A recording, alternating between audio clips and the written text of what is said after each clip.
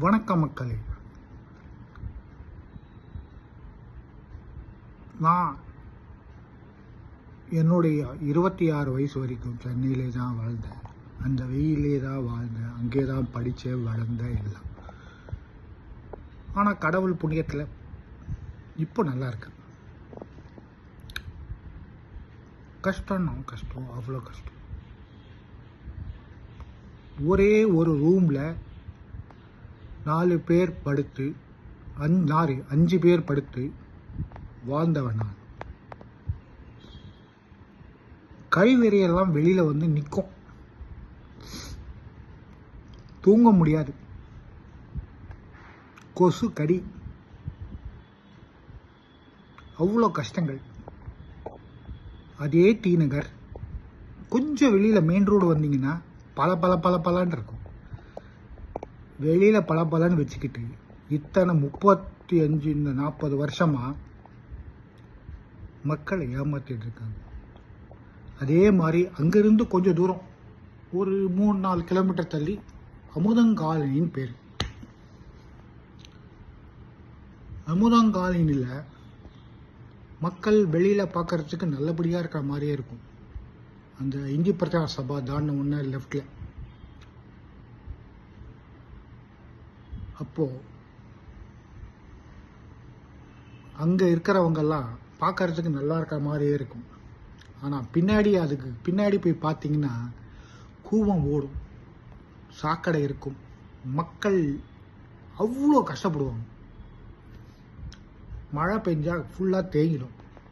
எப்போ எவன் சாவான்னு யாருக்கும் தெரியாது. டெங்கு வந்து சாவானா, மலேரியா வந்து சாவானா, அது சாவானா, இது சாவானா. மக்கள் யாராவது சொல்கிறேன், 5000 ரூபாய் வாங்கிட்டு ஒரு வார செலவுக்கான காசை வாங்கிக்கிட்டு இவங்களுக்கு ஓட்டு போட்டு என்னத்தை கண்டீங்க? உங்கள் குடும்பம் முன்னுக்கு வந்துச்சா? உங்கள் பசங்க எல்லாம் இன்ஜினியரிங் படிச்சுட்டாங்களா? எல்லாம் அதுக்கு கோர்ஸ் படிச்சுட்டாங்களா? நீங்கள் வாங்குற 5000 ரூபாய் உங்ககிட்ட வாங்கிட்டு 5 லட்சம் ரூபாய் இன்ஜினியரிங்க்கு 6 மாத கோர்ஸ், 6 மாதம் இல்லை 1 வருஷம் கோர்ஸுக்கு வாங்குறாங்க. 5 லட்சம் ரூபாய் வாங்குறாங்க. 5 லட்சம் ரூபாய் எங்கே இருக்கு? 500 ரூபாய் எங்கே இருக்கு? அதுக்கப்புறமா அவங்களுக்கு பஸ்க்கு ஃபீஸு, அவங்க செலவுக்கு காசு எங்கேருந்து கொடுப்பீங்க?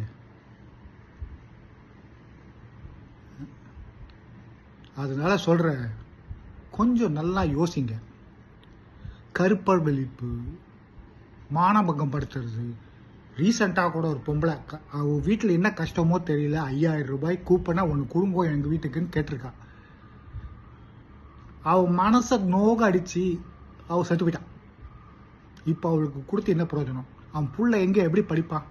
சீரழிஞ்சு போவான். கஞ்சா அபினி அப்படின்னு சாப்பிட்டுட்டு அவனும் குட்டிச்சுவராக போவான். அவன் பொண்ணோ பையனோ யாராக இருக்கட்டும்.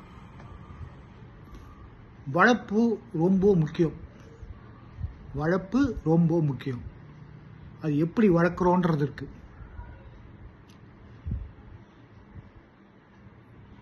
அந்த பழைய 10 வருஷத்துக்கு முன்னாடி இருந்த கட்சியும் சரி, இப்போ இருக்கிற கட்சியும் சரி, பெண்களை ஒரு ஒரு தெய்வமாக மதிக்கிறதில்ல. அது ஒரு கேவலமான ஒரு பிறவின்னு நினைக்கிறாங்க. கடவுளோட பெண்களை மதிக்கணும். எப்படின்னா, உன்னை பெற்றவும் ஒரு தாய், உன்னை வளர்த்தவளும் ஒரு தாய், உனக்கு அம்மாவுக்கு அப்புறமா உன்னை கல்யாணம் பண்ண பொண்ணு கூட போறிய அவளும் ஒரு தாய், அவளுக்கு பிறக்கிற குழந்தையும் ஒரு தாய், எல்லாம் தாய்.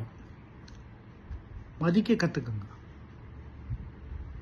அவங்களுக்கு ஓட்டு போட்டு திரும்பியும் உங்களை சாக்கடைக்குள்ள தள்ளிக்காங்க.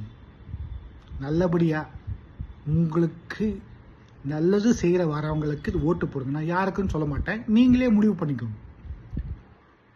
உங்களுக்கு கடவுள் மாதிரி நினைக்கிற உங்கள் பெண் குழந்தைகள், அம்மாக்களை, தங்கச்சிகளை, பிறக்க போகிற குழந்தைகளை மதிக்கிற மக்களுக்கு ஓட்டு போடுங்க. அவ்வளோதான் சொல்ல முடியும். 8000 ரூபாய்க்கும் 10,000 ரூபாய்க்கும் உங்கள் வாழ்க்கையை வித்துறாதீங்க. உங்களுக்கு இன்னொன்று ஒரு இது சொல்கிறேன். நீங்கள் உடம்பு சரியில்லாத வரைக்கும் என்ன மருந்து, என்ன காய்கறியாக இருந்தாலும் சரி, என்ன கறியாக இருந்தாலும் சாப்பிட்றீங்க.